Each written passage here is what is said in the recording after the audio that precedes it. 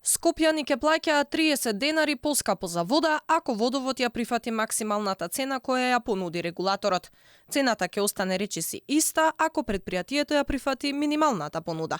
Ова се опциите кои регулаторната комисија ги постави пред водовод. Тоа што ќе биде прифатено од јавното предпријатие треба да помине и на Совет на град Скопје. Постоечката цена за домаќинствата изнесува 31,87 денари. Со нашата одлука, минималната тарифа предлагаме да изнесува 31,53 денари, значи тоа е одредено минимално намалување, кое што се должи на фактот што помошта која што ќе се дава со пониска цена на електрична енергија ќе продолжи и во следниот период. Додека максималната тарифа изнесува 34,82 денари. Најголемиот проблем за комуналните предпријатија бил зголемениот трошок за електрична енергија. Според Бислимовски, нивната пресметка за цената која ја плаќале се должела на тоа што тие земале референтна цена од берзата Хупекс, а не од СМ продажба, и овие недоразбирања биле надминати.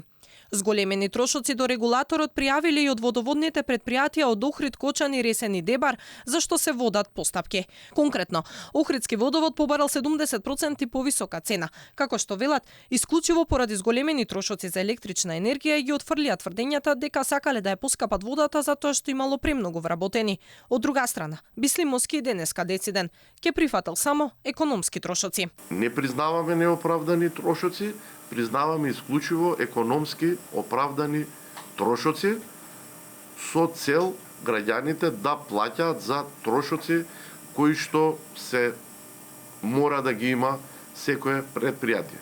При тоа кога ќе ги носиме нашите одлуки во наредниот период, ќе водиме сметка тие да бидат во рамките кои што ќе може да овозможат да не се политизира прашањето со цените на водните тарифи.